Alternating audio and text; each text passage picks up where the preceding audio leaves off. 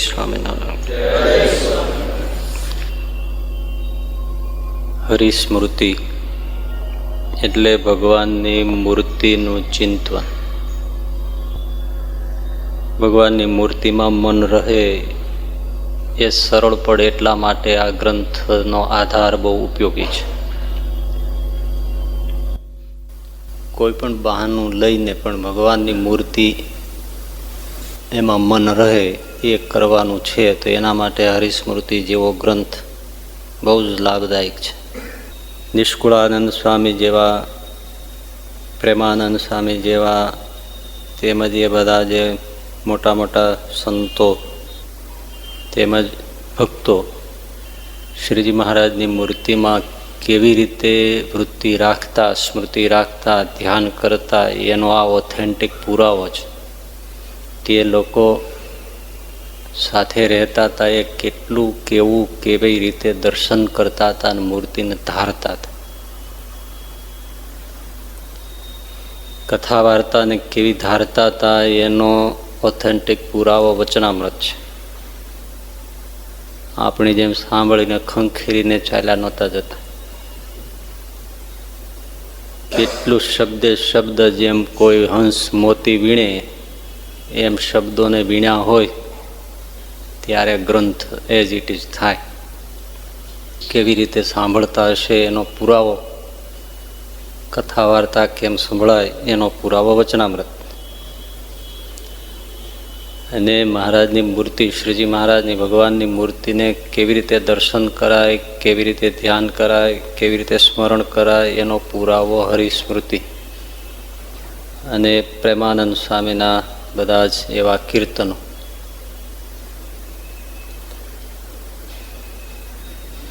તેમજ ભગવાનની જે લીલા ચરિત્રો છે એ સાંગોપાંગ લીલા ચરિત્રોને પણ કેવી રીતે ચિંતવતા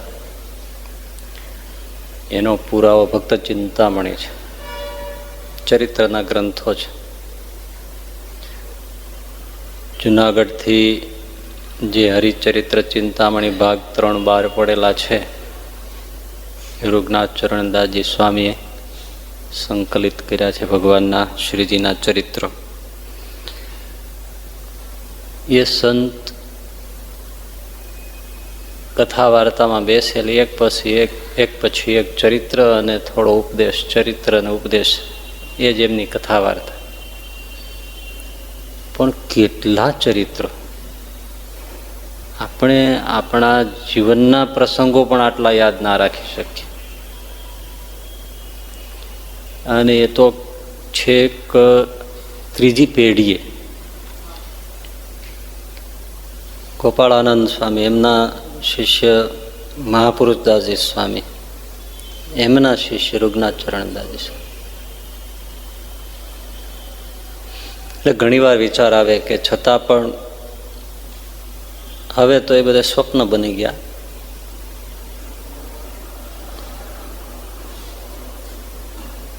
પણ એ વખતે જુદા જુદા બધા સંતો એમને જે તે પ્રદેશ, એમાં જે શ્રીજી મહારાજની લીલાઓના આગમન ને સ્વાગત ને એ બધું થયું હોય, જે ભક્તોની સાથે એવા દિવ્ય પ્રસંગો બન્યા હોય, એ બધું લખાણ થયું હોત તો હરિચરિત્ર ચિંતામણી તેમજ જુનાગઢ દેશના એ સંત રઘુનાથ ચરણદાસજી સ્વામી, પછી જુનાગઢ દેશના જ ધર્મવલ્લભદાસજી શાસ્ત્રી, જે અત્યારે હયાત નથી, એમને આદર્શ ભક્ત ગાથા અને બ્રહ્મનિષ્ઠ સંતો, એ 2 ગ્રંથો લખ્યા. કેવા પણ કેવું ચરિત્રનું સંકલન, એના જન્મ સ્થળ, કેમ વૈરાગ્ય થયો, કેમ શ્રીજી મહારાજને મળ્યા,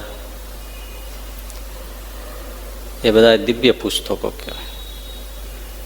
હરિચરિત્ર ચિંતામણી જ આપને વાંચ્યા પછી રઘુનાથ ચરણદાસજી સ્વામીને એમ થાય કે જો આ ગ્રંથ ન હોય અને ધર્મવલ્લભ શાસ્ત્રીજીએ જુનાગઢના, એમણે જો આદર્શ ભક્ત ગાથા અને બ્રહ્મનિષ્ઠ સંતો વગેરે જો ચરિત્ર ગ્રંથો ન લખ્યા હોત તો કેટલું બધું ચૂકાઈ જાત.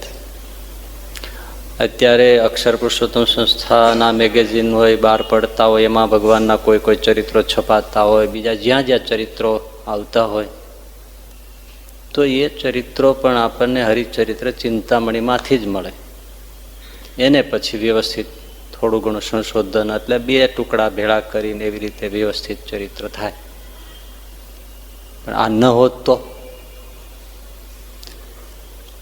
એવી રીતે ભુજની અંદર પુરુષોત્તમ લીલામૃત એવા થોડા થોડા ગ્રંથો છે. પછી કોઈ દંડાવ્યા લીલા થોડું હોય, 5, 25, 50 પાનાનું, એવું બધું છૂટું છૂટું છે.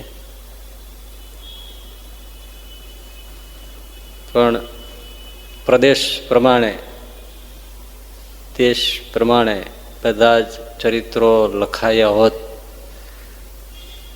તો ગામડે ગામડે ચરિત્રો પડ્યા છે. એટલા બધા ગામ છે જે ફક્ત ચિંતામણીમાં ઘણી વાર વાંચીએ તો અહીંયા ગામના કોઈ આપણને લીલાઓ જ મળી નથી. તો ત્યાં કોઈ લીલા ન થઈ હોય. ભગવાનનું જીવન જ એવું હોય છે કે ડગલે ને પગલે કાંઈક ને જે દર્શન કરવા આવ્યો કાંઈક ઘટના બને, અને આપણને કોઈ મળવા આવે એટલે દુર્ઘટના બને. ભગવાનને મોટા સંતોને મળે એટલે કાંઈક બેને વચ્ચે કાંઈક એક ઘટના બને જ. વાત વાતમાં કંઈક એવો પ્રસંગ, વાત વાતમાં કંઈક એવો ઉપદેશ, કંઈક એના જીવનની આશીર્વાદ, સ્મૃતિ, સંભારણા, કંઈક ઐશ્વર્ય છલકાઈ જાય, કંઈક પ્રતાપ છલકાય, કેટલું બધું હોય છે કે જે આપણે ઘણું બધું ચૂકાઈ ગયું કહેવાય. અદ્ભુતાનંદ સ્વામીની વાર્તાઓ છે, એમાં ચરિત્રો મળે થોડા. પણ વ્યવસ્થિત આવી રીતે બધા જ પ્રદેશવાઇઝ જો લખાણું હોત તો બહુ મોટું કામ થાત. પણ જે નથી થયું, જે છે એનાથી ચલાવવાનું. હવે તો 7મી પેઢી થઈ ગઈ, એટલે હવે તો જે ઘરડાઓ હતા એ ઘણા ગામોમાં તો ઘણા એવા જે ગામો બહુ સત્સંગથી સમૃદ્ધ હતા એ ઘણા ઝાંખા પણ થઈ ગયા હોય, નવા ગામો સત્સંગી થયા હોય એવું બને. મૂળ ગામમાં આજે કારણ કે લોકો વ્યવસાય નિમિત્તે બહાર ગયા હોય એટલે પછી ત્યાં ઝાંખું થઈ ગયું હોય, એટલે જે પ્રસાદીના મંદિર હોય તો એ થોડા ઘણા ભક્તો સાચવતા હોય, પણ આગલી જે લીલાઓ હોય એ ન ખબર હોય. કોઈને ત્યાં પ્રસાદીની ચીજ વસ્તુઓ હોય તો એમની પાછળ પણ અનેક કથાઓ હોય. આપણે વેલાલ માનો કે એક એક્ઝામ્પલ, વેલાલ આપણે દર્શને જાય તો ત્યાં જે હરિભક્તો જે છે એ તરત પોતે કોઈ થાળી લાવશે, પેલું લાવશે ને બધું બતાવશે કે અહીંયા આમાં જમ્યા હતા, આમાં આમ હતું, અહીંયા આમ હતું, પછી અહીંયા આમ હતું. પણ સરસ લેખિત એવા આખા પ્રદેશના 50 ગામડાનું આપણને નહીં મળે. એ ખોટ કહેવાય. એમ નહીંતર આટલી લીલાઓ આમ જુઓ તો કોઈ અવતારમાં એટલી સંકલિત નથી. શ્રી કૃષ્ણ લીલા એટલે ભાગવતમાં કે મહાભારતમાં જે તમે થોડી ઘણી વિસ્તાર છે, પણ આટલા નાના પ્રસંગો ઝીણા ઝીણા એ ન મળે. ભગવાન રામના ચરિત્રો પણ જેટલા છે એટલા જ. પછી જે સુરદાસજીની જેમ કવિ એમની કલ્પનાથી ચરિત્રની રચના કરે એ અલગ વસ્તુ છે. એ સ્મરણ માટે, સ્મૃતિ માટે હોય છે. પછી એ પ્રમાણે બન્યું જ હોય એવું નથી હોતું. એમ મૈયા મેરી કબ બઢેગી ચોટી, એ સુરદાસજીના મન પ્રદેશની આ એક ખેતી છે.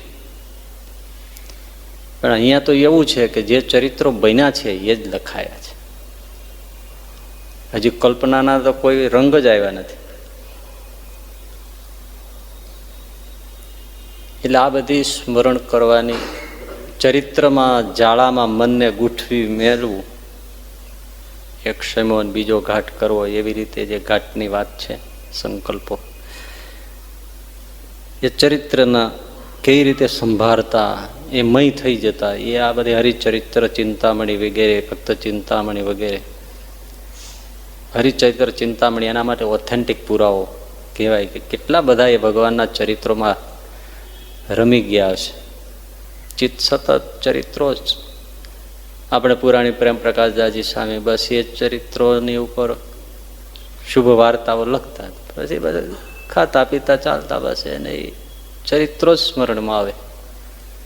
કોઈ બેસે તો તરત ફટ દઈને એક બે ચરિત્રો કહી નાખે, કારણ કે ગળા સુધી ચરિત્રો જ ભર્યા છે. આપણામાં આપણા ચરિત્ર સરખા થાય તો ભગવાનના ચરિત્ર આવે ને. આપણું થોડું ચારિત્ર, આપણું કંઈક સરખું થાય, એના જગ્યા પડે તો પછી બીજું કંઈક સરખું થાય ને.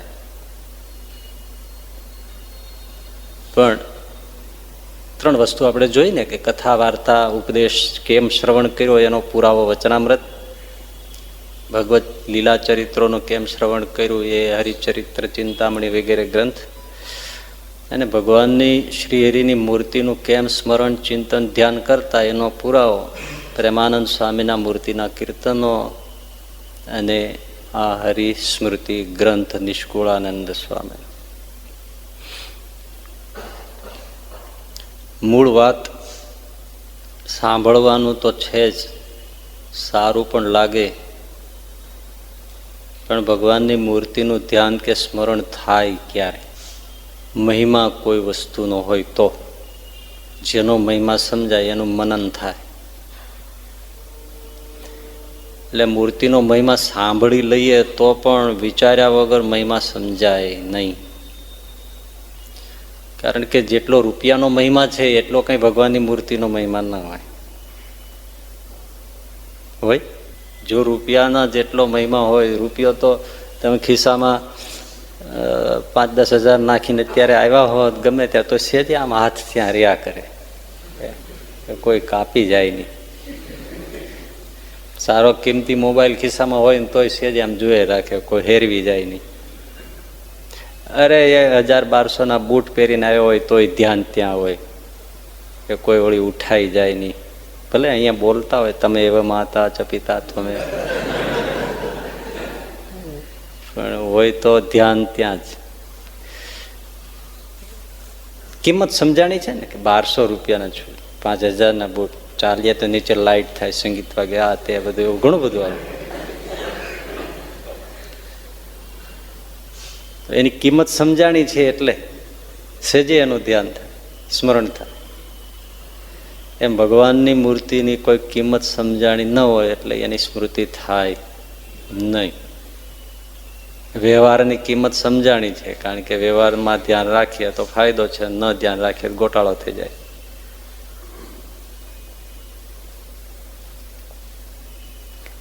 ભગવાનની મૂર્તિની સ્મૃતિ, મૂર્તિ એનો તો બહુ મહિમા, બહુ કિંમત અંકાય જ નહીં ને. આપણે વાત થઈ હતી કલ્પવૃક્ષ કે ચિંતામણીની કિંમત કોણ આંકી શકે? એ સિવાય બીજા કોઈ પણ નંગ હોય એની કિંમત આંકી શકાય.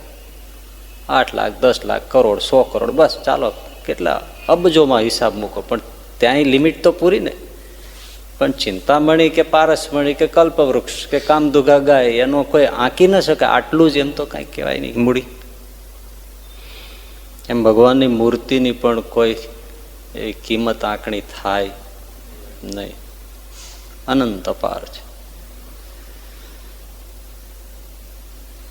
ઇન્દ્રને એના સિંહાસનની પડી હોય, ત્રિલોકાધિપતિ ઇન્દ્રને. અત્યારે પણ અહીંયા જેમ રાજકારણીઓ ખુરશી બચાવવા માટે પ્રયાસ કરતા હોય, એમ ઇન્દ્રને પણ સતત એવું રહેતું હશે, ખબર નહીં હવે એને શું થતું હશે, પણ એને એમ કે મારું રાજ્ય જતું રહેશે. એટલે એક યજ્ઞમાં એને બ્રહ્મ હત્યા કરી. યજ્ઞ કરતા ભૂદેવની ભાગવતમાં કથા છે, વિશ્વરૂપાદિકની કથા છે ત્યાં ભાગવતમાં, જ્યાં નારાયણ કવચ ને બધું આવ્યું છે. તો એને બ્રહ્મ હત્યા કરી. એ બ્રહ્મ હત્યા ઇન્દ્રની પાછળ પડી. ભયંકર વિરૂપ, મોટા મોટા દંતશૂળ, ભરખી જશે હમણાં એવું, એવી ઝડપથી એની સામે દોડી. ઇન્દ્ર તો ભાગ્યો. બ્રહ્મ હત્યા સામે તો વજ્ર જ કાંઈ કામ કરે નહીં, કારણ કે અમુક પાપ લખ્યા છે એટલે વજ્ર લેપ પાપ કયા છે ને, એ વજ્રને શું કરે? એટલે અમુક પાપ વજ્ર લેપ હોય છે. ઘણી વાર એટલે શ્રીજી મહારાજે વચરામૃતમાં કીધું જ છે, ગરીબ, બ્રાહ્મણ, ભગવાનનો ભક્ત અને સાધુ, આ બધા એનો ક્યારેય આમ અપરાધ ન થાય, એ બહુ દ્રોહ ના થાય, એ બહુ જોવું જોઈએ. નહીતર તો શું છે કે કરેલું બધું જ બહુ લોચે છોડી જાય. એ બધું પણ મર્યા પછી જ ખબર પડે કે આ એનું ફળ છે. પણ પછી તો યુગો એ બધી વેદનાઓ નીકળી જાય. અહીંયા બધું સરખું થઈ જાય, તમે કોઈ પણ પછાડીને ગમે તે કરવી થઈ જાય. મર્યા પછી તો એને યુગો નીકળી જાય ને હેરાનગતિના કોઈ પાર નહીં. પણ પછી એનો કોઈ ઈલાજ હાથમાં ના આવે. તો એવી ભૂલ શું કરવી? 5 દાડા રહેવું અહીંયા ને આથે કરીને પછી દુઃખ તો આપણે જ વેઠવાના ને. બહુ સારું એવું બધું ઘણું, કારણ કે આખો પરિસ્થિતિઓ જ બધી એવી છે. ઘણી બધી માથાકૂટ હોઈ શકે. એટલે બ્રહ્મ હત્યા છે. બ્રાહ્મણ, ગરીબ, ભગવાનનો ભક્ત, બધાના દ્રોહથી ભગવાન કે અમે ખૂબ ડરીએ છીએ. તો બ્રહ્મ હત્યા એ વજ્રલેપ પાપ થયું. ઇન્દ્રની પાછળ પડી બ્રહ્મ હત્યા. ઇન્દ્ર તો ભાગ્યો, વજ્રએ પણ કાંઈ રક્ષા કરી નહીં. ત્રાહી ત્રાહી થઈ ગયો, જ્યાં જાય ત્યાં બ્રહ્મ હત્યા પાછળ. પણ નારદજી દયાળુ સંત છે ને, એટલે રસ્તામાં મળ્યા. અને રસ્તામાં નારદજી દયાથી જ મળ્યા છે. બાકી કોમેન્ટ કરવી હોય તો થાય કે પત્રકાર ગમે ત્યાં આવે. નારદજી તો પત્રકાર છે ને, સંદેશો એને મળી જ જાય. એટલે રસ્તામાં આવીને ઊભા રાખે કે આ શું છે ને કેમ છે ને શું હતું, તમારો શું અભિપ્રાય છે. ન હોય એવું આંગળી નાખીને મોઢામાં બોલાવડાવે. પછી એમાં ફેરફાર કરીને છાપી નાખે. છપાઈ ગયું પછી હવે આપણને તો ફૂળીએ ચડાવી દે. એટલે પત્રકારો બહુ વિચિત્ર પ્રાણી છે. બહુ આખું જુદી કહેવાય ને, ખાનદાન જુદું જ છે. પત્રકાર એનો અપરાધ ન કરવો.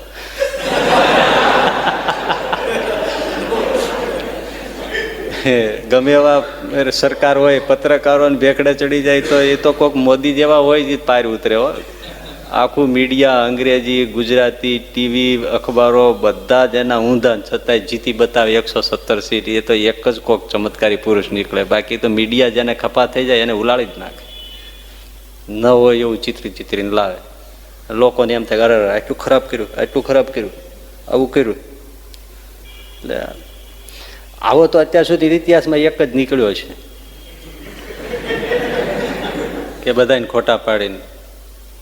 આમ તો કંઈક છતાં થોડા અપલખણે હોય, પણ છે માણસની પાસે દ્રષ્ટિ છે, સૂઝ છે, એ બધી વાત સાચી. પછી દોડું ઘણું હાલો ભેંસ પોદળો કરે ધૂળે આવે એના જેવું છે.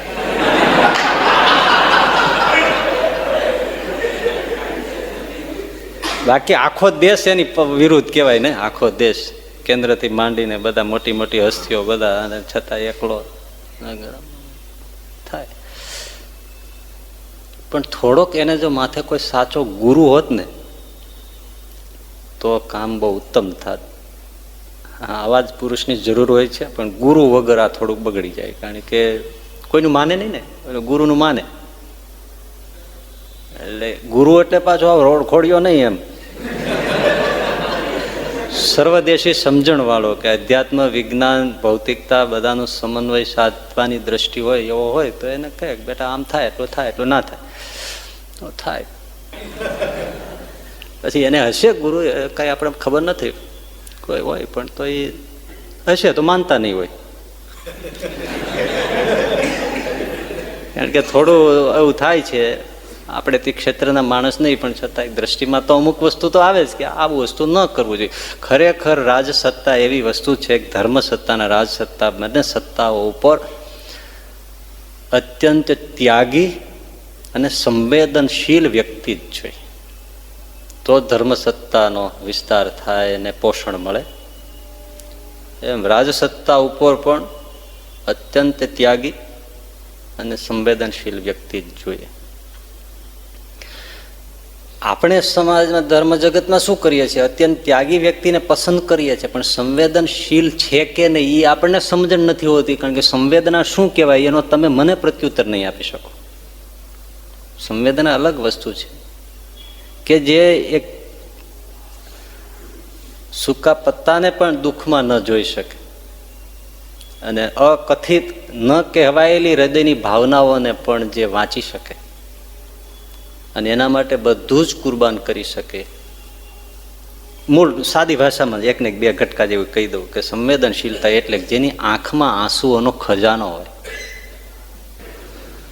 એ સંવેદનાશીલ ન હોય તો એ ત્યાગ છે એ રસ ન કરે, સમાસ પણ ન થાય. બહુ આ બધી વસ્તુઓ જુદી છે. શ્રીજી મહારાજ સંવેદનશીલ છે. ગરડામાં એક સાપ નીકળ્યો, હવે સાપ પકડવા માટે બધા દોડાદોડી કરતા હતા. તેમાં એક છોકરો અજાણ્યો સાવ બિચારાને કઈ ખબર નહીં, તો એ વચ્ચે વચ્ચે પડવા માંડ્યો. તો મહારાજે એને એક ઝાપટ નાખી દીધી. મનુષ્ય લીલા છે, એક ઝાપટ નાખી દીધી. ખબર નથી પડતી વચમાં આવે છે, આ સગો થશે તને બચકું ભરી જશે. એ બચકું ન ભરે કે ભરે એ રોકનાર કોણ?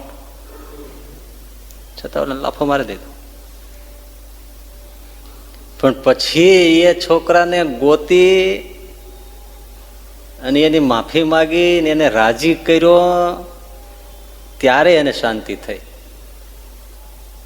બધા સભા પછી બેસી ગઈ એટલે મહારાજ કે ઓલો છોકરો કઈ ગયો? મેં એને બિચારાને એક ઝાપટ નાખી દીધી.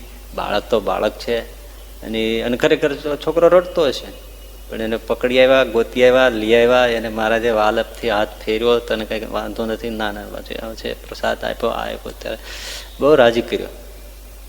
પછી એને શાંતિ થઈ. આને સંવેદનશીલ કહેવાય. હા, મરી જાય તો કોઈ હીરુવાળું ન ફરે તો એ કંઈ સંવેદનશીલ કહેવાય?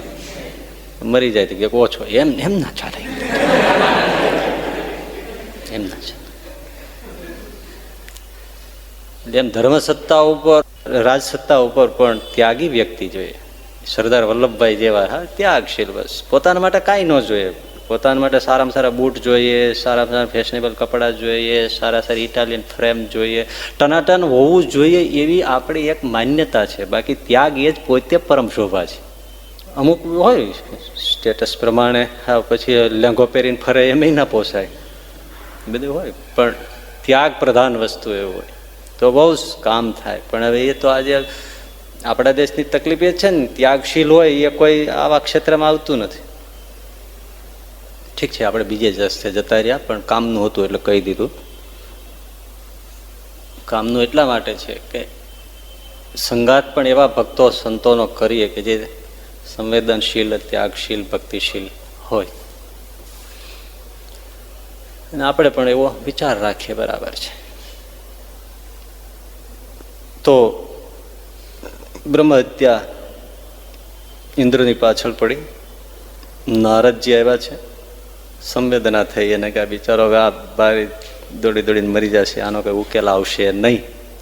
નારદજી સંવેદનશીલ છે, આવ્યા, રસ્તામાં મળી ગયા, દોડતો હતો. અરે અરે, એટલે એકદમ નારદજીને જોયા, ઇન્દ્રને થોડી શાંતિ થઈ. સાધુ મળી ગયા રસ્તામાં. નારદજીને તો ઓળખે જ, સારી રીતે ઓળખે. એટલે એકદમ પગમાં પડી ગયા. નારદજી, હા હા હા હા, શું છે? મહારાજ, આ બ્રહ્મ હત્યા મારી પાછળ પડી છે, મને કાંઈક હવે એનાથી છુટકારો કરાવો. છુટકારો છે, ઉપાય પણ છે, પણ તને મનાશે નહીં, મારે શું કરું? તો કે ના, પણ હું માનીશ તો તારે બ્રહ્મ હત્યા છૂટી જશે, સુખ્યો થઈ જશે. તે મને છોડાવો કોઈ રીતે. તો કે વાત એવી છે, તે મનમાં ધાર્યું છે એના ઉપાય માટે કઈ વ્રત કરું, તપ કરું, જપ કરું, તપશ્ચર્યા કરું, ઘોર અઘોર સાધના કરું, અમુક પ્રકારના મંત્ર આપો તો છૂટી જાય. એ હું કશું જ કહેવા માંગતો નથી. તો તારો ઘેર, તારે ઘેર તારો જ નાનો ભાઈ એના પગમાં જઈને પડ અને એનું ધ્યાન કર ને એનું સ્મરણ કર અને એના નામનો જપ કર, તો બ્રહ્મહત્યા વહી જાય. હવે આ કેવું કહેવાય? તારા નાના ભાઈનું ભજન કર, એના પગમાં પડ, એના આશીર્વાદ લે અને એનું સ્મરણ કર, એનું ધ્યાન કર મૂર્તિનું, ઘડીક તો ઇન્દ્ર ઝચકી ગયો. મોટો રાજાધિરાજ નાના ભાઈની વાત કરે, કેવું લાગે? કેવું લાગે? એવું છે. આપણે આજે કહીએ છીએ ભગવાન વામનજી, એ વામનજી એના નાના ભાઈ. ભગવાન વામન એના નાના ભાઈ. એટલે કે તું એના પગમાં જઈને પડ. હવે વામનજી તો સાવ નાનું બાળક. ક્યાં આ ત્રિલોકાધિપતિ મહારાજા ઇન્દ્ર આવે એને પણ ગરજે, પણ બાપ નહીં ઝુકાવે, એમાં એ કહેવાય. કઈ વામનજી કઈ થોડા પેલા છે, પણ એમ કે ગરજ હોય એ બધે ઝુકાવે. એટલે જઈને પછી વામનજીમાં પગમાં પડ્યા. નારદજીએ કીધું કે ભાઈના ભાવે પડતો નહીં, એ ભગવાન છે, વિષ્ણુનો અવતાર છે, દેવતાના કાર્ય માટે જ આવ્યા છે, ઓળખી લેજે ને એમનું ધ્યાન ભજન સ્મરણ કર. પગમાં પડ્યા, બ્રહ્મહત્યા ઊભી રહી ગઈ. ત્યારે જ ઓળખાય ને કોણ છે એમ. હવે એને વામનજીનો મહિમા સમજાણ.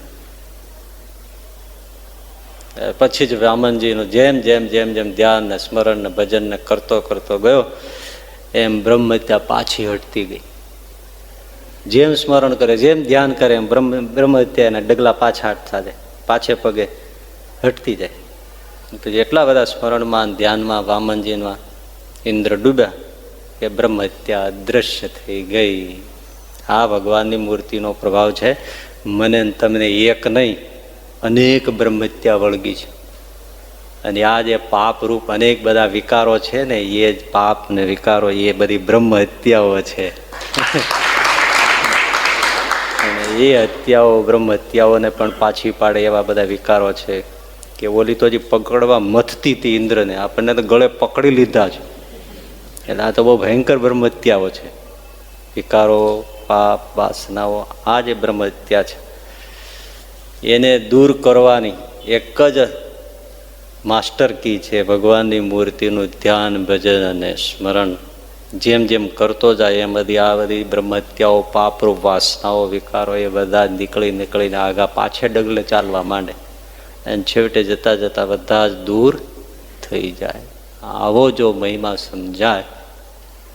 પણ આમાં કેવું છે, એવી સ્થિતિ જોઈતી હોય તો ને, વિકાર રહી સ્થિતિ. આપણે વિકાર ધીમો પડે તો કરગઠિયા નાખતા હોય છે. 3 દિવસ જો કોઈ વિકાર ન થાય તો એમ કે મને કંઈક તકલીફ હશે. હું આ એકને સાવ ફેક્ટ વાત કહું છું તમને. માણસને આમાં વિકાર મુક્ત ક્યાં થવું છે? વિકાર મુક્ત દશામાં શું સુખ છે એ પેલા સમજાય તો વિકાર છૂટવાની વાત આવે છે ને. વિકારોમાં ધીમું પડે એ પોસાતું નથી. તો પછી ક્યાંથી ભગવાનની મૂર્તિની કે એની કિંમત સમજાય? સંસાર લઈને બેઠા, હું તો બહુ ચોખ્ખી વાત કરું છું, સંસાર લઈને બેઠા છો પણ તમને લોભ ટળી જાય, કામ ટળી જાય તો તમને એમ થાય તો પછી રહેવાનો અર્થ શું? એવું છે. એટલે ઘણી વાર તો એ જ જીવન હોય, એ જ જીવન છે એમ કહો ને. એટલે વિકારો છે એમાં દુઃખ છે એવું સમજાય પછી જ તો ભગવાનની મૂર્તિનો મહિમા સમજાય. હા, ઘણા પ્રશ્નો પૂછતા હોય છે અમને, જુવાનીમાં પૂછતા હોય છે. થોડા ઘણા હરિભગત થયા હોય ને પછી જુવાની હોય ને હજી મેરેજ ન થયા હોય, એ બધા પ્રશ્નો પૂછતા હોય છે.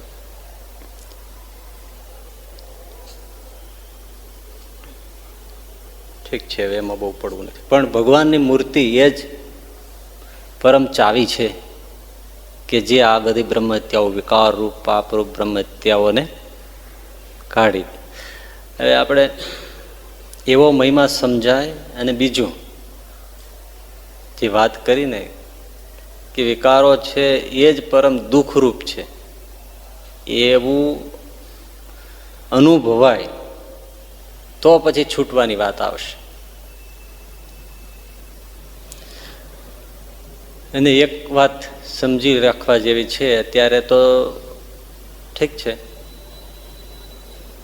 પણ વચનામૃતમાં ઠેર ઠેર કહ્યું છે, શાસ્ત્રો પણ કહે છે અને અનેક ભક્તોના જીવન કહે છે ભગવાન સિવાય બીજું જેટલું ચિંતન થાય છે તો શ્રીજી મહારાજ કહેતું કે એને કોટી કલ્પે દુઃખનો અંત આવે તેમ. કોટી કલ્પે, કોટી કલ્પે, એક કલ્પ એટલે 8 અબજ અને 64 કરોડ વર્ષ એટલે એક કલ્પ. એક કલ્પ એટલે 8 કરોડ અને 8 અબજ અને 64 કરોડ વર્ષ એટલે એક. એવા કોટી કલ્પ એટલે 1 કરોડ કલ્પે પણ એને દુઃખનો અંત આવતો નથી. ભગવાન સિવાય બીજું જ્યાં જ્યાં જ્યાં જ્યાં મન જાય તો ક્યાંય સારું દેખાય ને આમ તો મન પેલું થાય, આંખ જાય, સારું ગમે, સારું ફાવે, આ બધું છે. તો એ બધું સમજવું જોઈએ કે આ તો કરોડો કલ્પ સુધી દુઃખમાં નાખવાવાળી આ વસ્તુ છે. એવું સમજાય ત્યારે એનાથી પાછું ફરવાની વાત આવે ને. આપણને સમજાઈ ગયું છે કે વીંછી છે એ કોઈનો સગો થાય નહીં, તો કોઈ ગજવે ઘાલે નહીંતર આમ તો સુંદર છે, કેવો આમ ખુમારી વાળો માણસ છે. ચાલતો હોય ને ઠઠ્ઠો તમે જુઓ તો બે ઘડી એમ થઈ જાય કે વાહ, શું આને પગે જો ઘૂઘરા બાંધ્યા હોય તો સરસ મજાનો ડાન્સ થાય. એવો એવો ચાલે છે ને ચાલતા આવડે છે. સર્પ લીસો કેવો, કેવો સુવાળો, પણ એમેય ન થાય ગળે વીંટાળીએ. હા, પછી સુંદરવનમાં જઈને ગળે નાખી દો બિનઝેરી, એ વસ્તુ અલગ છે. એટલે એવું જ્યારે સમજાય ત્યારે વાત છે. વાત તો બહુ બહુ બહુ બહુ જ વિચારવું પડે ત્યારે જ આ માર્ગેથી આમ પેલું થાય. કારણ કે દુઃખ જ છે. ધીમે ધીમે પાછું વળીને ચોખ્ખું થવું જ પડે, નહીંતર દુઃખનો અંત આવે તેમ નથી. આ આટલી લાઈફ તમે જીવા એમાં કેટલા દુઃખ છે, અસંખ્ય, કઈ પાર જ નથી. હજી કેટલા સહેવાના આવશે કઈ ખબર નથી. આવા કોઈ દુઃખનો અંત જ નથી. મર્યા પછી તો પાછો વધારે દુઃખનો વધારો થાય છે, ઘટાડો નથી થતો. એટલે બહુ કઠણ છે, પણ એ સમજાય તો જ. એટલે જે લોકો બરાબર સમજી ગયા છે ને એને નરસિંહ મહેતા કહેવાય, એને મીરાબાઈ કહેવાય કે રાજ રજવાડું જાય જ્યાં જવું હોય ત્યાં, પણ આ ભગવાનને મૂક્યા જેવા નથી. મેરે તો ગિરધર ગોપાલ દૂસરો ન કોઈ, દૂસરો ન કોઈ સાધો, દૂસરો ન કોઈ, મેરે તો ગિરધર ગોપાલ દૂસરો ન. હવે દૂસરા તીસરા ચોસરાની વાત જ આપણે તો કેટલા ક્યાંય ને ક્યાંય નીકળે. દૂસરાની વાત જ ક્યાં છે. એટલે એ એટલું બધું એને ક્લિયર કટ વિચારીને એક વસ્તુ નક્કી કરી, અને એવી છે જ, હકીકત છે. જો તમે અમેરિકા જાઓ, અહીંયા ઓછું છે, અમેરિકા યુરોપ વધારે. અમેરિકા બહુ બહુ એક જ નાની વાતમાં બહુ મોટું સમજાઈ જાય એવું છે. એટલે આ રસ્તો આમ જતો હોય ને, પછી એક આમ જતો ને એક આમ જતો હોય. તમારે હકીકતમાં આ બાજુ જવું છે અને તમારું ત્યાં સામે 1 કિલોમીટર ઉપર જ ડેસ્ટિનેશન છે, મુકામ છે, એટલે અહીંયા જ જવાનું છે. પણ તમે વાતચીતમાં કે કોઈ ગાફલામાં કાંઈક રહી ગયા, તમે આમ વૈયા ગયા તો 20 માઇલ 25 માઇલ 50 માઇલના યુ ટર્ન થાય. તરત પાછું આપણી જેમ ઊભું રાખીને ગમે ત્યાં ગાડી વાળી લ્યો. ટ્રાફિકની એસી થઈ છે, પણ એ તો રસ્તામાં ઊંધું વાળીને આવે. ત્યાં ન થાય, રિવર્સ થાય જ નહીં, ઊભું જ રેવાય જ નહીં. એક ક્ષણ માટે રહ્યો ને તો 50-500 ગાડીઓ જીકાઈ જાય. કીડિયારાની જેમ જાતું હોય ને પાછું વળવાની વાત જ ક્યાં છે. અને કોઈ ના હોય તો નિયમે નિયમ, જો તમે ત્યાંમાં વાળો તો સીધા આવી જ જાય પોલીસ મહારાજ. એ અંતર્યામી છે ત્યાં.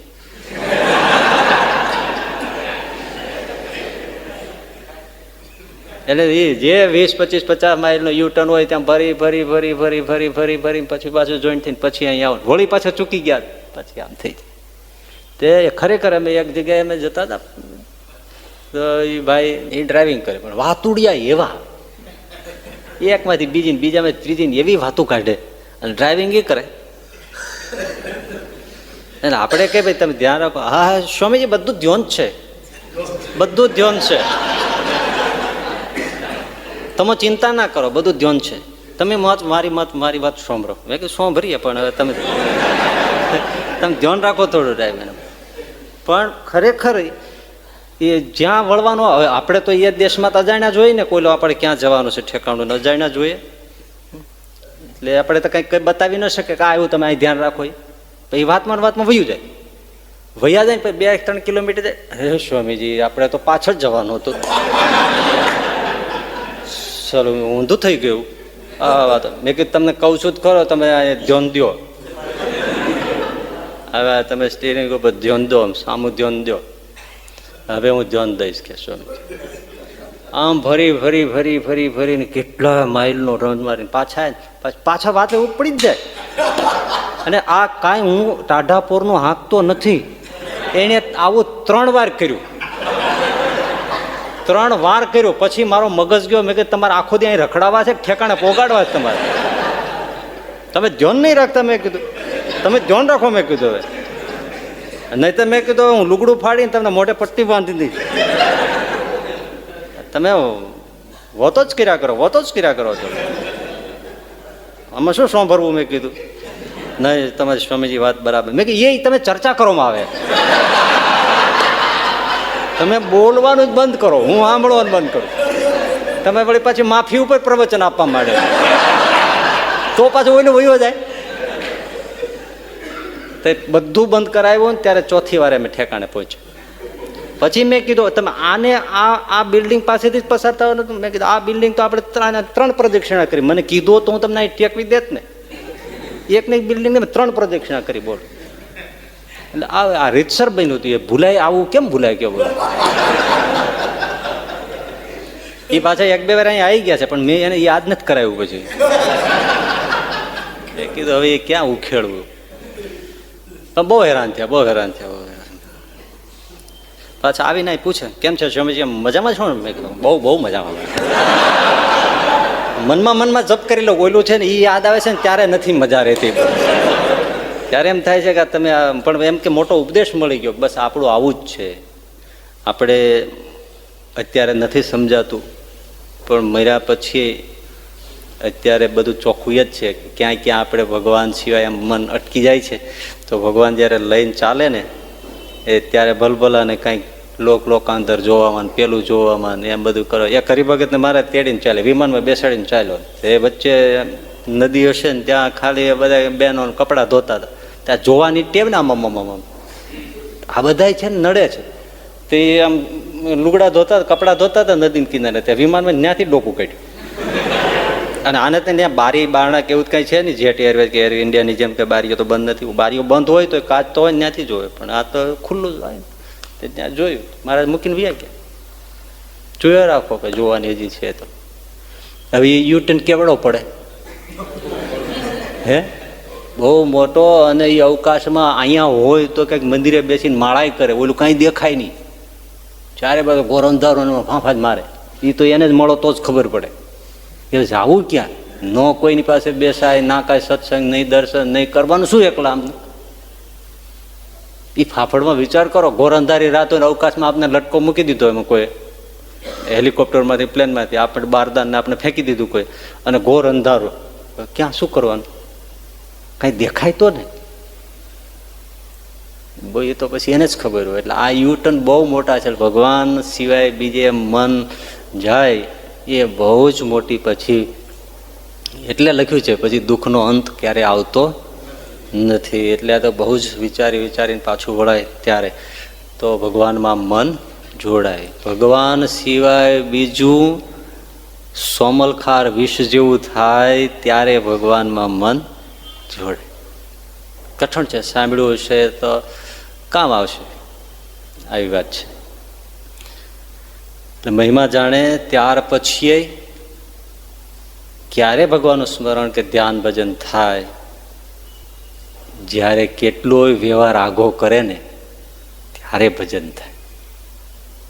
કેટલો વ્યવહાર આઘો કરે ત્યારે થાય. નહીંતર વ્યવહાર તો માથે ચડી બેસે જ છે.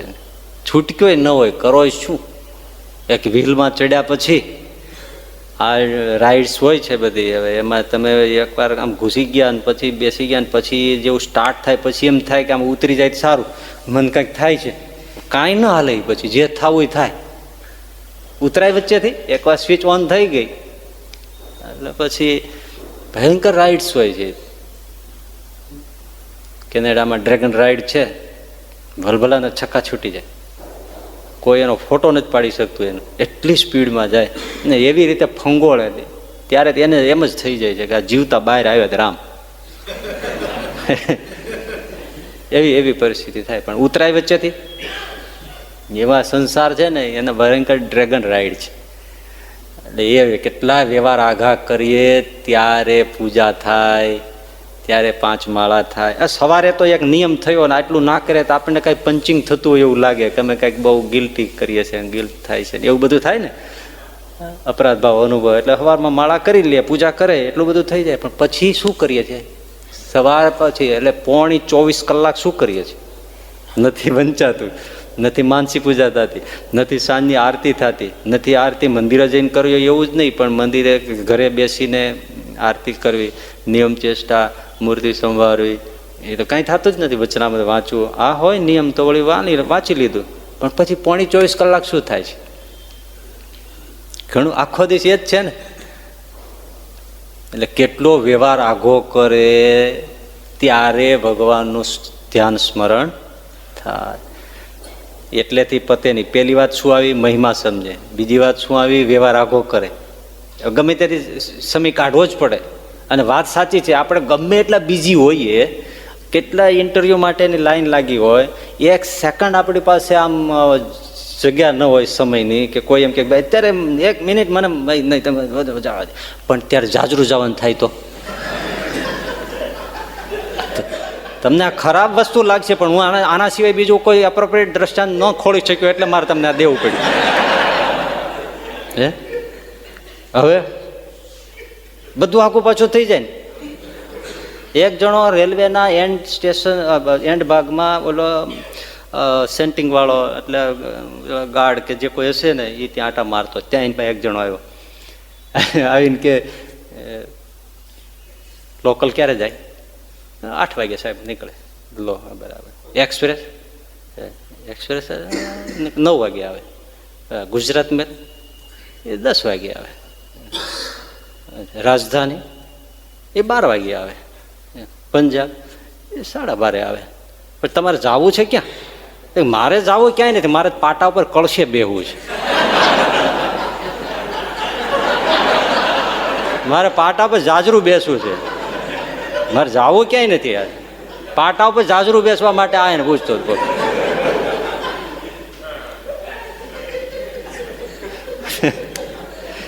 સેફટી કેટલી ગોતી લે એમ. એટલે કેટલાય વ્યવહાર આઘા કરે ત્યારે ધ્યાન ભજન થાય. કાઢે તો થાય ને થાય એવું છે. કાંઈ માનો કે કોઈ સમય મળે જ નહીં તો તમે ઊંઘમાંથી છેવટે 10 મિનિટ કાપીને તો 5 માળા કરી જ શકો સૂતી વખતે. 10 મિનિટ કાપો તો ન થાય. અને એ આપણે ગમે એટલો એ ફરીથી હું કહું કે તમે એક્ઝેક્ટ માનો કે 12 વાગે સૂઈ જ જતા સૂતા હો તો માનો કે સૂઈ જ જતા હોય તોય જવાનું થાય તો શું કરો? તો 15 મિનિટ તો લાગી જ જાય ને. લાગી જ જાય ને. એટલે સવાલ નથી. એટલે એનો જેમ મહિમા છે એમ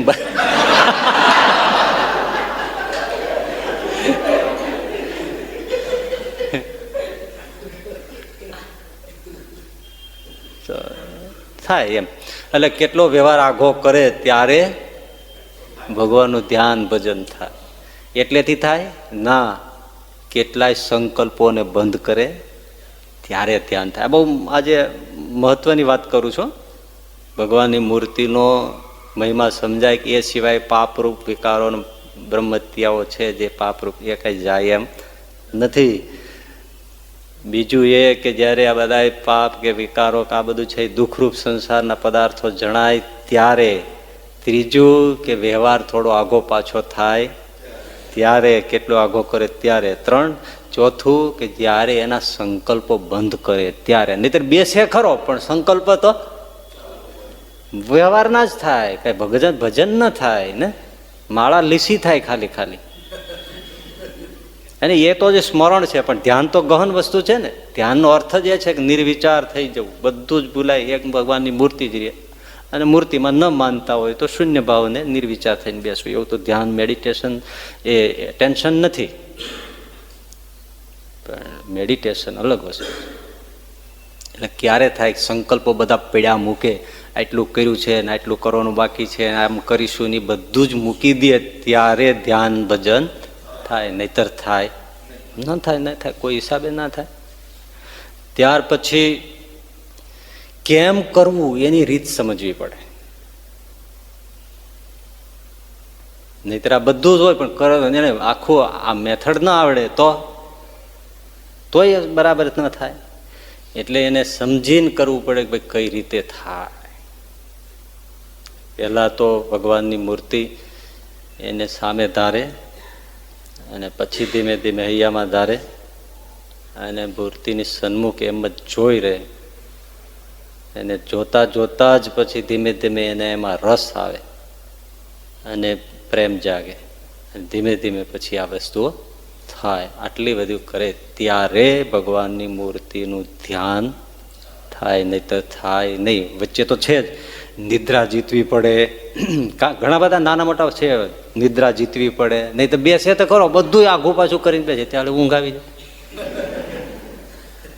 કેટલું મોટું હર્ડલ છે એ તો. ઊંઘનું તો એટલું બધું માથાકૂટ વાળું કામ છે. ઘણા માનસી પૂજામાં હોઈ જાય છે, જગાડો તે કે હા બહુ મજા આવી છે ને ઊંઘવાની. ઊંઘવાની મજા આવી, માનસી પૂજાની ક્યાં મજા આવી છે? માનસ પૂજાની કઈ મજા નથી. ભજન કરે ઘણા તો લગભગ આપણે ઘણા એવા દેખાતા હોય, સવારે પૂજા થોડી વાર પણ દરેક પૂજામાં એ સૂતા જ હોય. માળા લીધી નથી ખબર નહીં એને માળાને કોણ શું ટ્યુન છે. ઘણા લોકો કથામાં આવે સુવા જ આવે, એટલે આપણે એને કહીએ તમે જ્યારે આવો ત્યારે સુવો છો, તો કે ડોક્ટરે કીધું છે એ કે મારી દવા કામ નહીં કરે, તમે કોઈ ધર્મ કથામાં જઈને બેસો. અને ખરેખર મને ઊંઘ આવે છે, એટલે મારે બે વાત છે, પૈસો બચે છે ને શાંતિથી ઊંઘ આવે છે. અને ખરેખર તમારે ન તો ઘણા ઊંઘી જતા હોય છે. તો ઊંઘનો વિક્ષેપ પણ મોટો છે. શરીર છે એનો તકલીફ છે. અમુક ઉંમર થઈ જાય ધ્યાન કરવું શું થાય, કેડ મને દુખવા, ગોઠણ મળે દુખવા, શું કરીએ? ત્યારે આ બધું કરોડો સ્થિર રાખીને મારા કરવું તે કરવું, ઘણું બધું ધ્યાન રાખવું પડે. સૂતા સૂતા થાય છે પછી, પણ તો સૂતા સૂતા વધારે ઊંઘી જાય. ને કેટલા બધા વચ્ચે એવી બાબતો છે જેનું ધ્યાન રાખે ત્યારે ધ્યાન થાય. પછી ધ્યાનમાં જે છે એ આપણે અધૂરી વાત ચરણ અરવિંદના ચિહ્નોની હતી ને, એ જમણા ચરણના ચિહ્નોના ફળ જોયા હતા થોડા થોડા એમના. તો ડાબા ચરણમાં મત્સ્ય છે. મત્સ્ય કુલ કેટલા ચિહ્ન છે? મત્સ્ય, ત્રિકોણ, ગોપદ, ધનુષ, વ્યોમ, અર્ધચંદ્ર અને કળશ. આ વામ ચરણ, વામ એટલે ડાબુ ચરણ, એમના 7 ચિહ્ન છે. એમાં મત્સ્યનું જે ધ્યાન કરે છે અને એમાં જે ખોવાઈ જાય છે, તો જેમ માછલાને પાણી એ જીવન છે, એમ એને ભગવાન એની મૂર્તિ એ જ જીવન થઈ જાય છે. માછલું પાણી વગર રહી ન શકે, એમ ભગવાનનો ભક્ત ભગવાનનું ભજન સ્મરણ મૂર્તિ વગર એક ક્ષણ પણ રહી શકે નહીં. જેમ પંચ વિષય સંસારના છે એના વગર એક ક્ષણ નથી રહી શકતો, એમ આ ભગવાનનો ભક્ત ભગવાનની મૂર્તિ એમની કથા કીર્તન ભજન સ્મરણ વગર એક ક્ષણ. માછલાને પાણીમાંથી બહાર કાઢો તરફડવા માંડે, અને પાણીમાં મૂકો એટલે તરત હાલે ચાલે લીલા લેર કરે. એમ એને ભગવાન સત્સંગ દર્શન કથા વાર્તા એનાથી આમ જુદું પડવાનું થાય કે ન થાય, મેળ ન પડે, જોગ ન થાય, તો એ તરફડવા માંડે. એટલે મહારાજે વચનામૃતમાં કીધું ને કે મન દીધું હોય ને ન દીધું હોય તો એના શા લક્ષણ છે? મન દીધું હોય એમાં આ કહ્યું કે મન દીધું હોય એને જ્યારે કથા વાર્તા થતી હોય ત્યારે સાંભળવા માટે આતુર થઈ જાય, મન આકળાય કરવા માટે. અને દર્શન થતા હોય, કથા વાર્તા થતી હોય ત્યારે પરમ એને સંતોષ થાય, એના વગર રહી ન શકે. તો મન એને દાપી દીધું છે, તો ભગવાનમાં મન સમાયું છે. તો મત્સ્ય એટલે માછલું, એનું ધ્યાન ચરણમાં છે, ચિહ્ન એનું કરે તો ભગવાનનું મૂર્તિ એ એને જીવન થઈ જાય છે. એક પળ પણ એ વગર રહી શકતો નથી. કરવું ના પડે પછી સેજે થાય, આવો એનો પ્રતાપ છે. સચ્ચિદાનંદ સ્વામી હોય તો એ સચ્ચિદાનંદ સ્વામી હવે કેવી હશે એમને પ્રીત, પુરુષના દેહમાં આટલી પ્રીત પ્રગટ થવી એ થોડીક અસામાન્ય ઘટના છે. સ્ત્રીઓ જલ્દી ભગવાનને બહુ પ્રેમ કરી શકે છે, કારણ કે એનો સ્વભાવ છે હૃદયનો પ્રેમ કરવો. પણ મીરાને ભગવાન ભજવા, કૃષ્ણને, એને બૈરાઓને એવું છે, એને જે એકવાર મનમાં વસી જાય ને એ પછી બહુ દિલથી વસી જાય. હવે એ કૃષ્ણની મૂર્તિ મીરાને મનમાં વસી ગઈ નાનપણથી, પછી એને પતિભાવે લાગી ગયા. અને દિલ દઈ દેવું સ્ત્રીઓનો ધર્મ સહજ છે, પણ પુરુષના દેહમાં સ્ત્રીના જેવું હેત થવું, ગોપી ભાવ પ્રગટ કરવો પુરુષોને માટે બહુ તકલીફ છે. આ ભળ ભાદર એક તો નમે નહીં, અને શોષણ કરવાના લાભ સિવાય, ગણતરી સિવાય કોઈ બીજી વાત નહીં. દિલ દેતા દેતા ચોરતો હોય, ગણતરી માંડતો હોય, એટલે આ કેલ્ક્યુલેટેડ માઇન્ડ હોય છે માણસ છે. મીરાને માટે સરળ છે, પણ નરસિંહ મહેતો થવું અઘરું છે. એને ભગવાન સિવાય પછી આમ કાંઈ ના રહે, બહુ મોટી વાત છે. એટલે સચ્ચિદાનંદ સ્વામીનો તો આવો તો પ્રેમ આપણે ક્યાંય જોયો નથી. એમ કે એને શ્રીજી મહારાજની મૂર્તિ જોઈને જ નિષ્કુળાનંદ સ્વામી લખ્યું છે, એવા એ પરમહંસ હતા કે ભગવાન મહારાજ શ્રીજી મહારાજની મૂર્તિ જોઈને જીવતા હતા, મૂર્તિ જોઈને જીવતા હતા. એવા સચ્ચિદાનંદ સ્વામીના જે પ્રસંગો લખ્યા છે નિષ્કુળાનંદ સ્વામી એમાં લખ્યું છે, એવા પરમહંસ શ્રીજીની મૂર્તિ જોઈને જીવતા. સેજે વડતાલ કે ક્યાંય જવાનું હોય ને એમ કહી દે મહારાજ કે આ વખતે સચ્ચિદાનંદ સ્વામીને હારે નથી લઈ જવા, એટલું જ કહ્યું ત્યાં સચ્ચિદાનંદ સાહેબ બેભાન થઈને ઢળી પડ્યું. ઓહો! અને આંખમાંથી રૂવાડે ઉરાડે લોહીના ટસી આવી ગયા. કેવું હશે એમ, લોહીના બિંદુ આવી ગયા. આપણને આ બધી વાત સાંભળીએ છીએ ત્યારે એમ લાગે છે કે આ બધી ખાલી કથા હશે એમ, એવું જ હશે એવું જ લાગે. પણ મહાદેવભાઈ દેસાઈનો જો તમને પ્રસંગ ક્યાંય વાંચવામાં આવ્યો હોય તો ગાંધીજીએ એકવાર એમને કહ્યું કે આપણે ત્યાં જઈએ છીએ ત્યાં મહાદેવને આપણે આ વખતે હવે ન લઈ જઈએ. મહાદેવ એની રીતે આમ, તો મહાદેવભાઈને મૂર્છા આવી ગઈ, બેભાન થઈ ગયા. પછી ગાંધીજી પાસે બેઠા, માથે હાથ ફેર્યો અને કેટલું થયું ત્યારે મહાદેવ દેસાઈ ભાનમાં આવ્યા. કેટલો એને આમ એના પ્રત્યે ભાવ ને પ્રેમ હશે, એવી અનન્ય પ્રીત શરણાગતિ દાસત્વ. તો સચ્ચિદાનંદ સ્વામી મૂર્તિ વગર જીવી શકતા નહીં.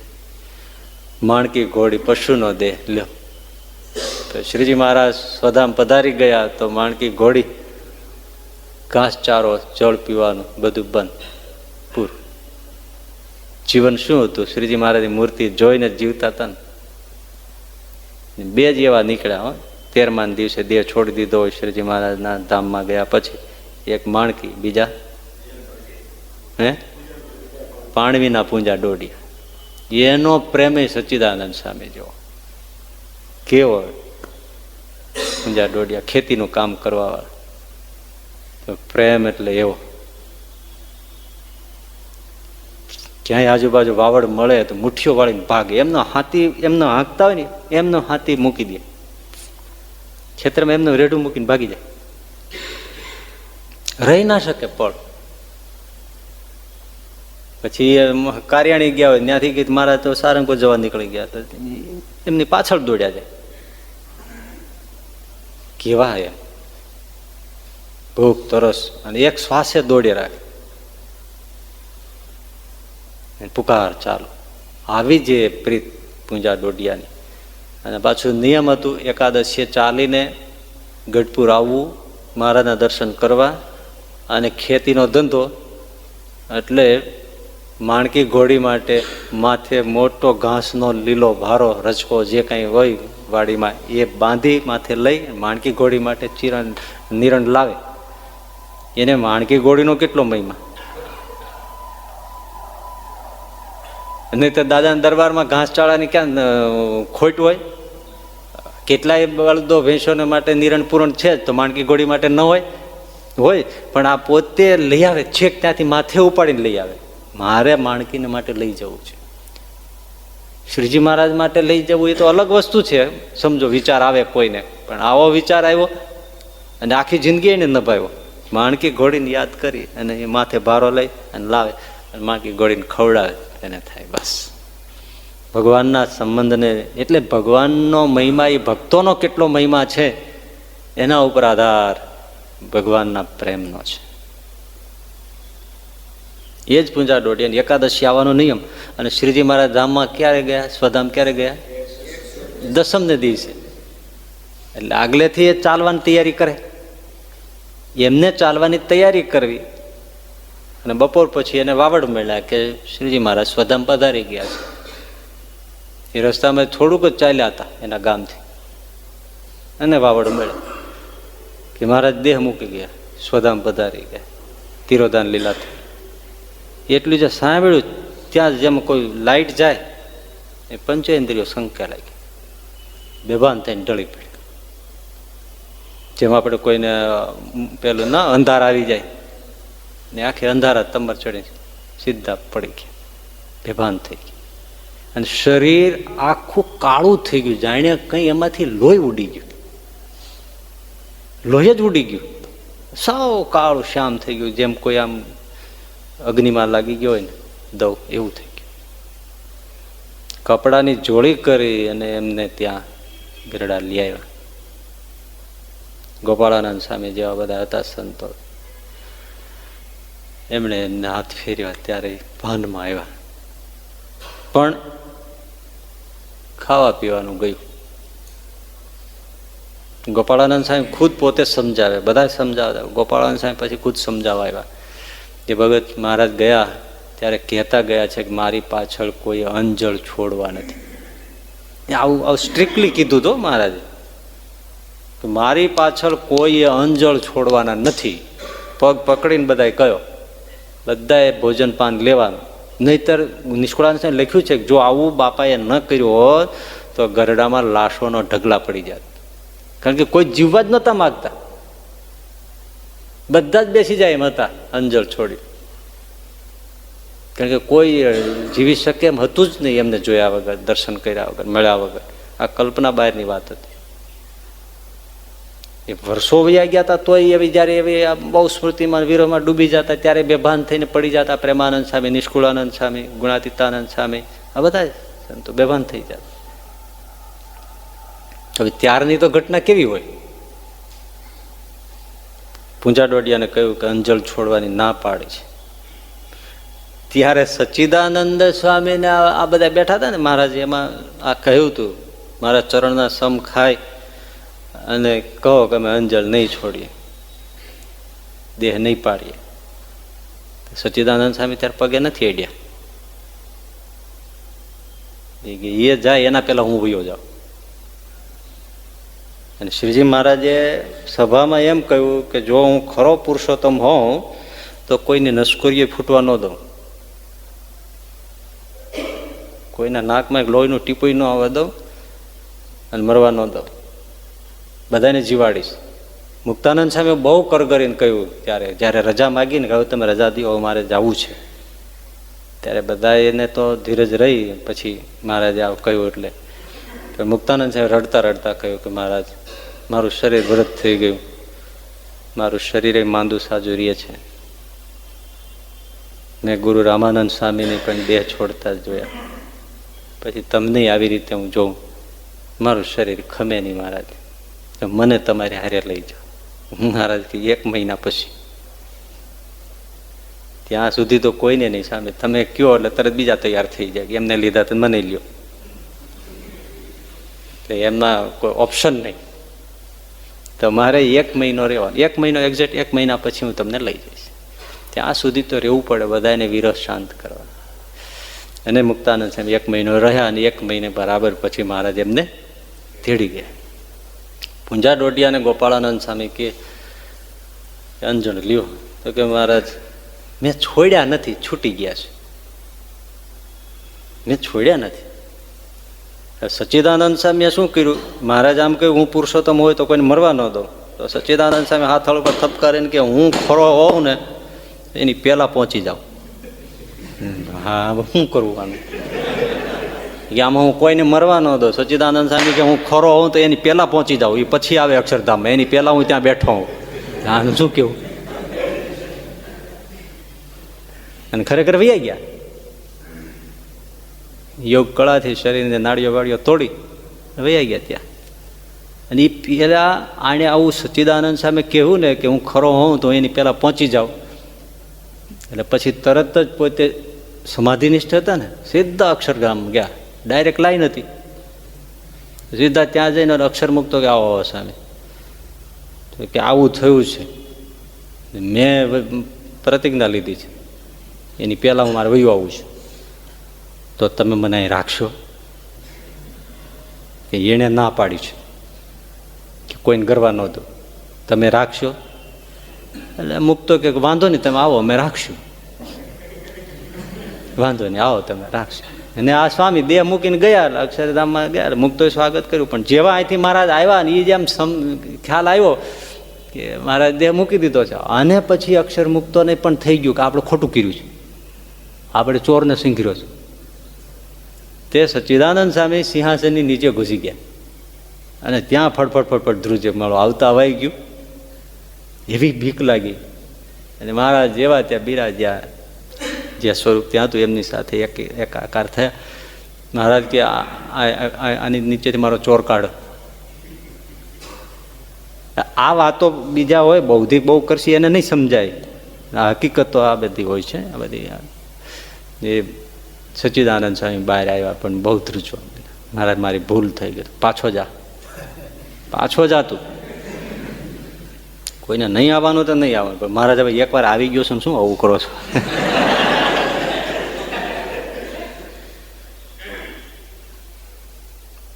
મહારાજે ત્યારે એના શરીરમાં અક્ષરધામમાં વેદના ન હોય, એના શરીરમાં વેદના મૂકી, એવી વેદના થવા માંડી, પગમાં પડી જાય. પ્રલય કાળ જેવી અગ્નિ દાહ. મહારાજ મારી રક્ષા કર, પાછો જા. તને એમ છે કે તું, હું મહારાજે ત્યાં એમ કીધું તું પાજી છો, પાજી શબ્દ વાપરો, પાજી છો તું, તને કોઈની બીજાની ખબર છે, અક્કલ છે કે નહીં? તું આવી રીતે કરતો, તારી પાછળ બીજા આવી રીતે કરવા માટે તૈયાર જ બેઠા છે, તો એ કેવી રીતે રહે? એ રહેવાના છે? જીવબાન લાડુબા રહેવાના છે? એ તારા કરતા 1000 ગણા પ્રેમી છે, છતાંય બેઠા છે. પાજી મહારાજ આવું કીધું એમ. તું એમ માને કે હું સાચો પ્રેમી છું, તને ક્યાં ખબર છે પાજી કોણ કોણ પ્રેમી છે? એ જીવબાન લાડુબા જીવે એમ છે, એ દાદો ખાચર જીવે એમ છે, કેટલાય સંતો છે, કેટલાય ભક્તો છે. એ મારો પ્રેમ સખી પ્રેમાનંદ દેહ રાખે એવો છે, આ બધા મૂકી દે એમ છે. અને તને એમ છે પાજી કે હું એક મોટો પ્રેમી છું, માટે જો હું તને કહું છું, તું નાળીઓ તોડીને આવ્યો છો, એટલે જ મહારાજ કહું છું હવે એમાં મારાથી નહીં રહેવાય, શરીરે તૂટી ગયું. એ શરીરને હાંધવું કે જોડવું કોનું કામ છે?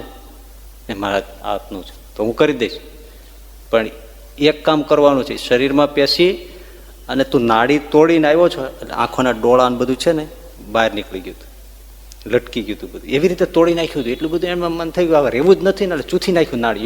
યોગી હતા ને એ બધું તોડી નાખ્યું નાડીઓ બાડીઓ, આંખના ડોળા બધું લટકી ગયું. એટલે કે આના એ હું તને એમાં મૂકું, તું જા. એટલે એ હાલિતમાં તું બહેનોની પાસે જાય છે, જીવબાન લાડુબા પાસે. કા મહારાજ એને ખબર પડે આની હું દશા કરી. બહેનોને જઈને કેટલી બહેનો છે ત્યાં, રાજબાઈ ના બધા કેટલા છે, બધા પ્રેમીઓ છે. તું જો આમ કહે ને તે બધા ઢળી જાય એમ છે. એટલે તું જા, આ હાલતમાં ને ઉભો રહી જાય. જો મને આવી રીતે મહારાજે ચોર કરીને કાઢીને પાછો મોકલ્યો છે, મહેરબાની કરીને કોઈ અંજળ છોડતા નહીં અને કોઈ દેહ છોડતા નહીં. ત્યાં ગરવા નહીં દે બાપો, બહુ આકરા છે. એવી રીતે તું જાજે. અને એવી જ રીતે સ્વામી પછી આવ્યા અને ત્યાં દાદા વાસુદેવ નારાયણ ઓરડા પાસે બહેનો પાસે ગયા. જીવબા લાડુબાને બધાને કીધું આ હાલત જોઈ કે સ્વામી તમારી આ દશા, તો કે બસ હું આમ ગયો વટમાં અને આવું થયું છે. એટલે માવડીઓ કોઈ અંજળ છોડતા નહીં, કોઈ દેહ છોડતા નહીં. મહારાજ રાજી નથી. એટલે બહેનો બધા પછી મનમાં સમસમી રહ્યા કે આમાં કાંઈ કરવા જેવું નથી. નહીંતર એ ગોઠવણ કરતા હતા કે ભાઈ આપણે એક દી બીજે દી બીયા જાય પછી શું છે. અને આ તો છાતી ઠોકીને સામે બે એવા હતા બધા બળવાળા. કાંઈ એમને દાદાના દરબારમાંથી માણકી ઘોડી ઉપર થઈને સવા થઈને વડતાલ વયું જવું હતું. જીવવા લાડવા જવા દીધા? હે એક લ્યો તમારે જાઓ જાઓ, તમારી તાકાત જ જાઓ. તો માણકી 3 વાર ફ્રંકટી ખાઈ ખાઈને માણેક ચોક થઈને દરબારગઢથી પાછી આવી. સોટીઓ મારવી પડી ત્યારે.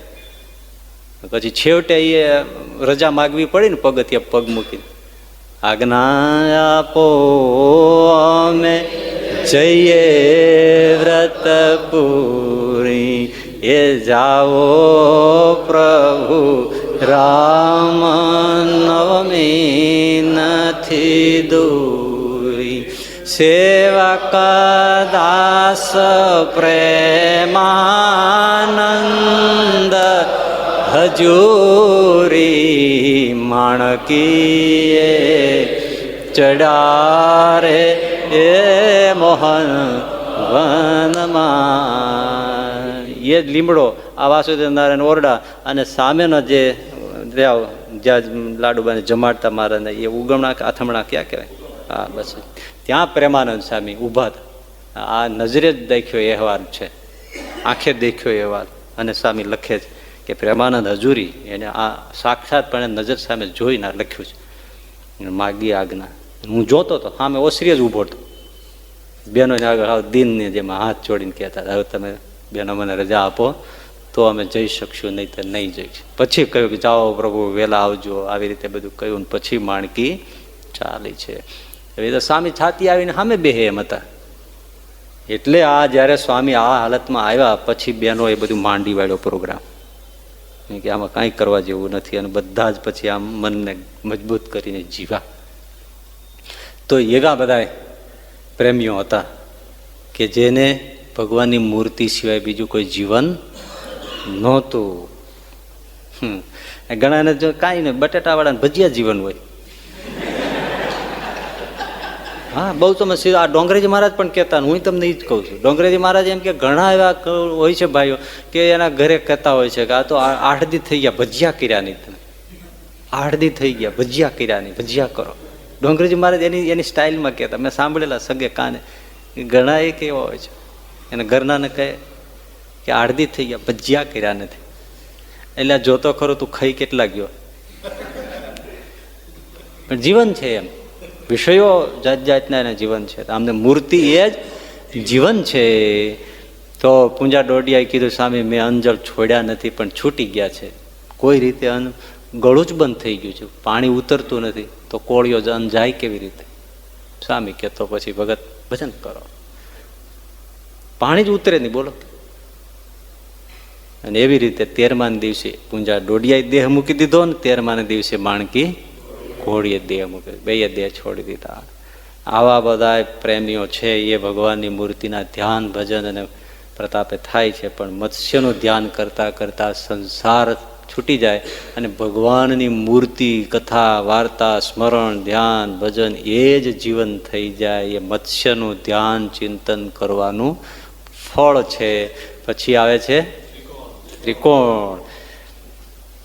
બહુ સરસ છે. ત્રિકોણ એવું જ છે, ગૌપદ એવું છે, ધનુષ એવું છે, વ્યોમ પણ એવું જ છે, પછી અર્ધચંદ્ર પણ એવું છે, અને કલશ પણ એવું છે.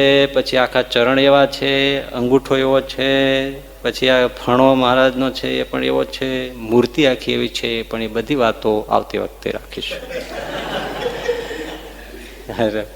પણ થોડું હું ગાન કરું આજે અને તમે ખાલી સાંભળો. મનોહર સુંદર મૂર્તિ સહજાનંદ સુખરૂપ, નખ શિખ સુધી નિરખતા આવે આનંદ અનુપ. પ્રથમ પ્રભુ પ્રગટને રાખું હૃદયામાય, અંગો અંગ અવલોકીને અંતર રહું ઉછાય. પુરુષોત્તમ પરમ દયાળ કે નાથ નિરખ્યા છે. શ્રી ભક્તિ ધર્મના બાળ કે નાથ નિરખ્યા છે. સુખદાયી સહજાનંદ કે નાથ નિરખ્યા છે. સત્સંગીના સુખ કંદ કે નાથ નિરખ્યા છે. અંગો અંગમાં અવિનાશ કે નાથ નિરખ્યા છે. તેણે હૈયે રહે છે ઉલ્લાસ કે નાથ નિરખ્યા. મહારાજની મૂર્તિ ઊભી છે ને, એ મૂર્તિ ઊભીને તમે આંખો મીચી જાઓ. બધા સીધા બેસો, આંખો મીચો, મહારાજની સામે મૂર્તિને એવી રીતે ધારી આમાં જે આવે એનું દર્શન કરજો. એ રીતે આ તો મહા અમૃત છે. ભલે આજે કાલે વર્ષે 2 વર્ષે, પણ આ સ્વાદ હશે ને તો કામ થઈ જશે. ભાગ્યશાળી છે આટલા બધા તમે આવ્યા છો. આ પ્રગટ પુરુષોત્તમનો આ અમૃત સાંભળવાય ન મળે. આટલા કમસે કમ તમે ભલે સમાધિ ન લાગી જાય, પણ સાંભળવા મળે એ જ આજના જમાનામાં સમાધિ છે. અને તમારા માટે તો બહુ એટલા સલામ કરવી પડે. તમે બધા જોકના રહુડિયા. મેં જ તમને ઝેર પાયું પછી જોકના રહુડિયા તમે બધા. અને તમે આ સ્થિર થઈને આ રસ માણો અને તમને આવે સ્વાદ. એવું આ ઓલે વચ્ચે આ ઘનશ્યામ ઉઠીને ગયું કે મેં ખબર નહોતી ઘનશ્યામ છે. અહીંથી એક આમ કાંકરી ખરી. મેં કીધું શું થયું છે આને? નહીં, આમાં રસ આવ્યો. તો મને થોડો ફ્યુઝ વયો ગયો. મેં કીધું કેવી આવે રસ, એટલે એને જ કામ આવી ગયું છે. પછી પાછો આવ્યો એટલે મેં કીધું સારું પાછો આવી ગયો, એટલે કાંઈ ઇમરજન્સી હશે, જવું પડે. આમાં જ પૈસા એમાં બીજું કાંઈ હાલે નહીં. બોલો, બિલ ક્લિન્ટન હોય કે પછી ઓબામા હોય તો લાગે એટલે ઓ બા થઈ જ જાય. કાંઈ મૂતરડી જાજરૂ બે એવા છે, ભલભલા ત્યાં મૂતરી જ પડે. એ વસ્તુ એવી છે. આ તમને આ રસ આવે અને તમે સાંભળો. હું તો તમને પેલા આમ પગે લાગુ કે તમને આ જુવાનીમાં ઘણા એવા મુખ જોઉં છું. હા, એક આમ મૂછના દોરા હજી આમ ફૂટું થાય છે. હે એવી આમ જો ખાલી આમ ઝીણી કોર રાખે ને, આમ આપણને વાગી જાય ને તો લોહીનો ટસ્યો ફૂટી જાય. એવી ફૂટતી ઉંમર, ફૂટતી મુહરે એવા બધા છોકરા આવ્યા છે. ત્યારે એમ થાય કે કમસે કમ આ સહજાનંદી અમૃત એના કાનમાં થઈ અને એના હૈયામાં જાય છે. એ બહુ ઊંચી વાત છે. અમારા કરતાંય પણ તમે ભાગ્યશાળી છે. અંગો અંગમાં અવિનાશ કે નાથ નિરખ્યા છે. તમે બોલોમાં પણ સાંભળો અને તમે એ પ્રમાણે મૂર્તિને જુઓ. તેણે હૈયે છે હુલાસ કે નાથ નિરખ્યા છે. પ્રથમ પેખીને 2 પાવ કે નાથ નિરખ્યા છે. એ આવે અંતરે ઉછાવ કે નાથ નિરખ્યા છે. અંબુજ અરુણ વરણ 2 ચરણ કે નાથ નિરખ્યા છે. અંબુજ એટલે કમળ, અરુણ એટલે લાલ, વરણ એટલે રંગ. અંબુજ અરુણ વરણ 2 ચરણ કે નાથ નિરખ્યા છે. એ કેવા છે કે હરિભક્તના ભય હરણ કે નાથ નિરખ્યા છે. તેમાં શોભે ચિહ્ન 16 કે નાથ નિરખ્યા છે. અવલોકે સુખ અતોલ કે નાથ નિરખ્યા છે. જમણા ચરણના ચિહ્ન કે જોઈ નાથ નિરખ્યા છે. અરે સ્વસ્તિ અષ્ટકોણ છે સોઈ નાથ નિરખ્યા છે. વજ્ર અંકુશ ને ધ્વજ નાથ નિરખ્યા છે. જબ જાંબુ કહીએ કંજ નાથ નિરખ્યા છે. નિષ્કુળાનંદ સ્વામી કે આ બધું મારી જોયેલી વસ્તુ છે, આ બધું મેં જોઈ છે. તમે જો મેં શું જોયું છે એમ કે જમણા ચરણના ચિહ્ન જોઈ કે નાથ નિરખ્યા છે. સ્વસ્તિ અષ્ટકોણ છે સોઈ કે નાથ નિરખ્યા છે. વજ્ર અંકુશ ને ધ્વજ નાથ નિરખ્યા છે. અરે જવ જાંબુ કહીએ કંજ નાથ નિરખ્યા છે. પગ બેઉમાં ઉર્ધ્વ રેખ કે નાથ નિરખ્યા છે. અરે શોભે અતિશય વિશેષ નાથ નિરખ્યા છે. પગ ડાબે ચિહ્ન સાત નાથ નિરખ્યા છે. સદા સુખદાયી સાક્ષાત નાથ નિરખ્યા છે. મત્સ્ય ત્રિકોણ ને વ્યોમ નાથ નિરખ્યા છે. કલશ ધનુષ ને સોમનાથ નિરખ્યા છે. અરે ગોપદ સોતા ગણીએ સાત નાથ નિરખ્યા છે. 16 ચિહ્ન એ વિખ્યાત કે નાથ નિરખ્યા છે. જમણે અંગૂઠે નખમાઈ કે નાથ નિરખ્યા છે. શોભે ઉર્ધ્વ રેખ એક ત્યાંય નાથ નિરખ્યા છે. જમણે અંગૂઠે નખમાઈ નાથ નિરખ્યા છે. શોભે ઉર્ધ્વ રેખ એક ત્યાંય નાથ નિરખ્યા છે. બેવ પાવલિયા પુનીત નાથ નિરખ્યા છે. ચોટે આંગળીયું જોઈ ચિત નાથ નિરખ્યા છે. જેવી અરુણ કમળની કળી કે નાથ નિરખ્યા છે. એવી શોભે પગ આંગળીયું નાથ નિરખ્યા છે. નખ શ્રેણી મણિ સમનાથ નિરખ્યા છે. ઉપડતા ને રૂડા રમ્ય નાથ નિરખ્યા છે.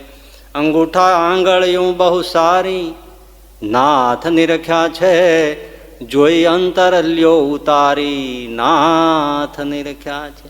અરે આંગળી અંગૂઠા ઉપર નાથ નિરખ્યા છે. ઈણા રોમ કે નાથ નિરખ્યા છે. ફણા તણા લાંક જોઈ નાથ નિરખ્યા છે. શોભે ઘૂંટી ઘણું દોય કે નાથ નિરખ્યા છે. ગોળ રંગ ચોળ બે પેની કે નાથ નિરખ્યા છે. શું કહું હું શોભા તેની કે નાથ નિરખ્યા છે. કાંડા કોમળ બે કહીએ નાથ નિરખ્યા છે. જંઘા જોઈને સુખ લઈએ નાથ નિરખ્યા છે. પિંડી સરખીને સુવાળી નાથ નિરખ્યા છે. નળી લાગે છે રૂપાળી નાથ નિરખ્યા છે. જોયા જેવા છે બે જાનું નાથ નિરખ્યા છે. ઘૂંટણ નામ ધામ શોભાનું નાથ નિરખ્યા છે. ડાબા જાનું પર ચિહ્ન જોઈ નાથ નિરખ્યા છે. મારું મન રહ્યું છે મોય નાથ નિરખ્યા છે. ઉરુ શોભે સુંદર સુવાળા નાથ નિરખ્યા છે. રંભા સ્તંભ સાથળ રૂપાળા નાથ નિરખ્યા છે. દુંદ ફાંદ દ્રગે દેખી કે નાથ નિરખ્યા છે. મારે ધન્ય કમાઈ લેખી નાથ નિરખ્યા છે. કોમળ કટી કહીએ કેવી કે નાથ નિરખ્યા છે. જોઈ અંતર ધાર્યા જેવી કે નાથ નિરખ્યા છે. પેરી વળ દઈ પછેડી મારું મન બાંધ્યાની બેડી નાથ નિરખ્યા છે. પેરી વળ દઈ પછેડી નાથ નિરખ્યા છે. મારું મન બાંધ્યાની બેડી કે નાથ નિરખ્યા છે. એવા પુરુષોત્તમ પરમ દયાળ કે નાથ નિરખ્યા છે. શ્રી ભક્તિ ધર્મના બાળ કે નાથ નિરખ્યા છે. સુખદાયી સહજાનંદ નાથ નિરખ્યા છે. સત્સંગીના સુખંકંદ નાથ નિરખ્યા છે. સત્સંગીના સુખકંદ નાથ નિરખ્યા છે. એવા પુરુષોત્તમ પરમ દયાળ કે નાથ નિરખ્યા છે. એવા પુરુષોત્તમ પરમ દયાળ કે નાથ નિરખ્યા છે. સહજાનંદ સ્વામી મહારાજ.